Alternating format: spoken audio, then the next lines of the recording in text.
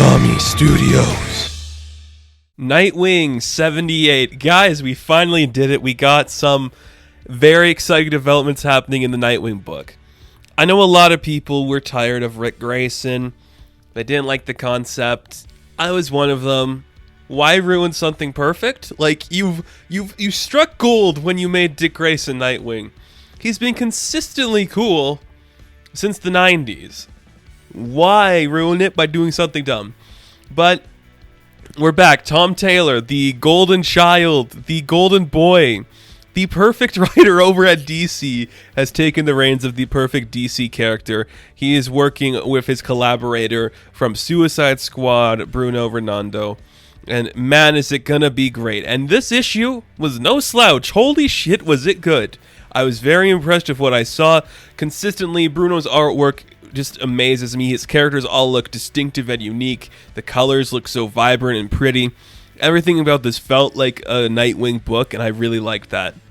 So we open up with a flashback to kind of a few people's first meeting, which is kind of fun to see. So this kid's being bullied, and you see that this young woman with red hair is trying to stand up, but she can't really get the guys to back away from hurting this kid. But this other kid shows up. His name is Dick, and he just looks pissed off. His parents have recently passed away.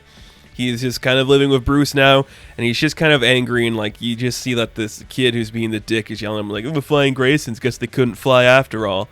And everyone's just kind of ready to hit Dick, and he's just I don't care for bullies, and after everything I've went through, nothing can hurt me. So him and this girl, they start to beat up these two guys, and the kid runs away who's getting picked on. You're like, that's really cool. And then there's a police siren that shows up. And of course we knew this was going to be Babs, because the detective that walks up to stop them from picking on these people is Gordon. You're like, awesome. So this is kind of how Dick and Babs met. That's kind of fun. So you see that they give Dick a ride back to the manor, and you just see that Babs is like, wow, you live in a castle? Do you guys have a moat and a dragon? And do you have dishes that spontaneously break into musical numbers? It's very fun and very cute.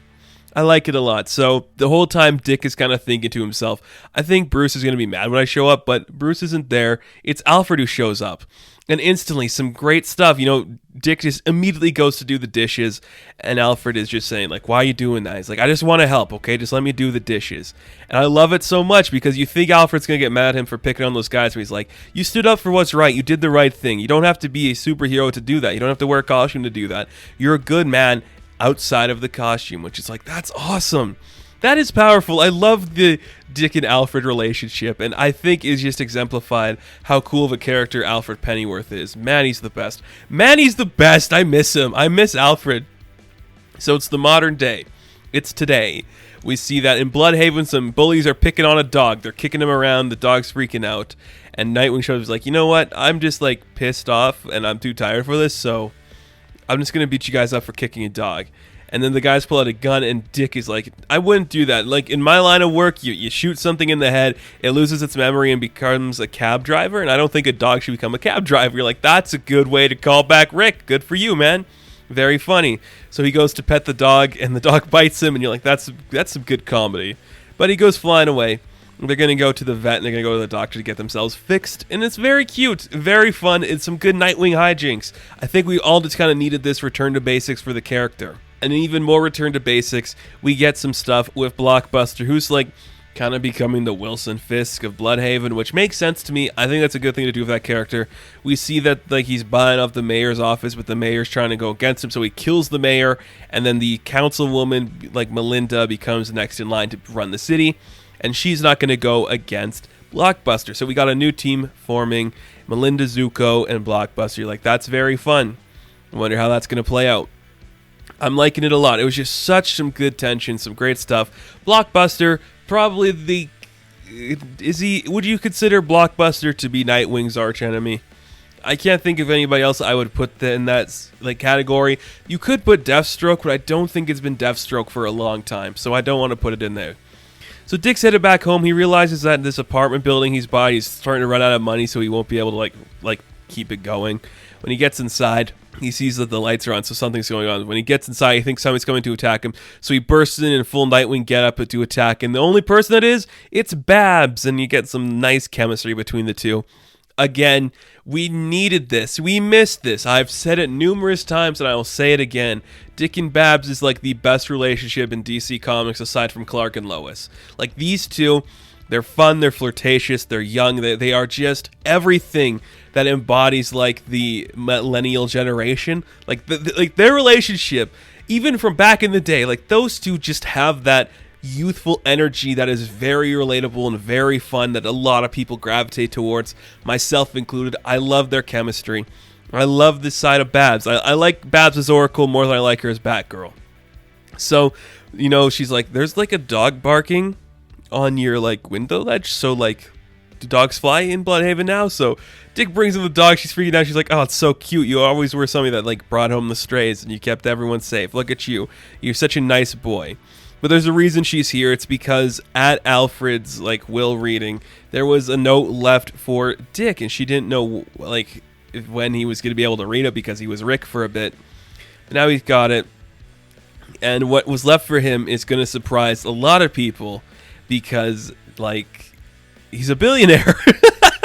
So it looks like Alfred left billions of dollars to Dick Grayson upon his death. And we see that Babs has a note for him, so he starts to read it, and my goodness, is it beautiful. Like, I won't read every little part of the note to you, but it's just kind of like, Master Grayson, like, I've watched you grow up and become a bright young man. You have just proven to be so unique and brilliant and just somebody I admire and respect. And I know you are so creative and just forthcoming with everything in your life that you will know what to do with this money and you will find it goes to the right home. I loved you. You are my son. And I'm just like, damn, Alfred, even when you're dead, you're just making me go, damn, you're the best. I needed this, man. I've been feeling the lack of Alfred in the Batman run, but this was just like awesome. Just awesome. Give me more of this, man. It was so cool, so unique. I love seeing it. And you just see Dick tears up, Babs is holding his hand, and it's just such a nice moment. Absolutely beautiful. So it looks like that Dick Grayson is now richer than Bruce Wayne, which is kind of a fun dynamic to switch on the head. So I like that a lot. Very good stuff. And we get our final moment of this book where we see that the new mayor, Melinda Zuko, is talking to probably somebody she works with. Maybe it's her partner. I'm not sure how they set it up. I'm going to assume it's her partner until we are proven otherwise. But we see that she knows exactly who Dick Grayson is, and their relationship is going to have something going on with it. We don't really know. She's got a poster of the Flying Graysons, which makes me think, I wonder if she is connected to what happened to them or something else is going to come up. I don't know. Very excited to see what that could be. I liked it. Very fun stuff. A very good book. And oh, it's just nice to have some classic Nightwing action. You know, the relationship with Babs is back. You know, the highfalutin energy is back. Tom Taylor continues to impress with everything he does. You cannot go into this and hate it. You just can't. It's just everything you want this book to be and then some. Absolutely amazing. I love it. I think it's really good. So, Nightwing issue 78. I am going to give a coveted 10 out of 10.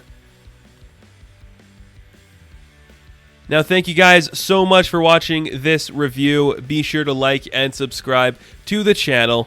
As always, you can check me out on Instagram, Patreon, Twitter, all that good stuff. And I will catch you in the next one. Have fun. Stay safe. Good luck.